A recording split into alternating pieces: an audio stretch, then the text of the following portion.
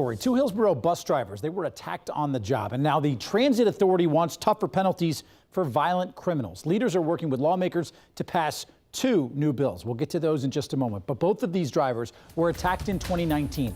In May, driver Thomas Dunn was stabbed to death near Nebraska Avenue and Locust Street. Then just 1 mile south, another bus driver was hurt in November. A passenger cut him in the leg with a box cutter after an argument over the bus fare. Nightside's Bo Zimmer talks with that driver who nearly lost his life. He says the bill still needs to do more.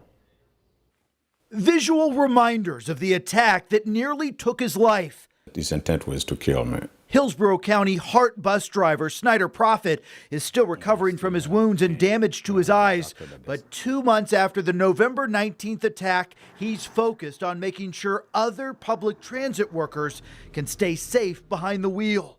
I hope that what I have experienced, no one have to experience that again.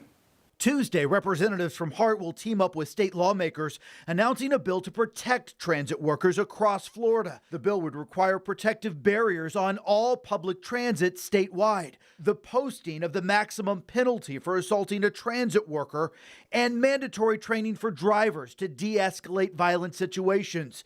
It would also increase the penalty for assaulting transit workers, enhancing the charge from a first-degree misdemeanor to a third-degree felony. It will be good in the long run, but it has to be a multi-approach. Profit says he hopes actual bus drivers will have more input on the bill. He worries what's being proposed now might not be enough. It's good, but they need to have the barriers consistent with what kind of attacks that we've been enduring. He strongly believes bus drivers should be legally allowed to carry firearms, not just for their own protection, but for everyone on the bus. If they know the drivers has the means to protect themselves, they will think twice.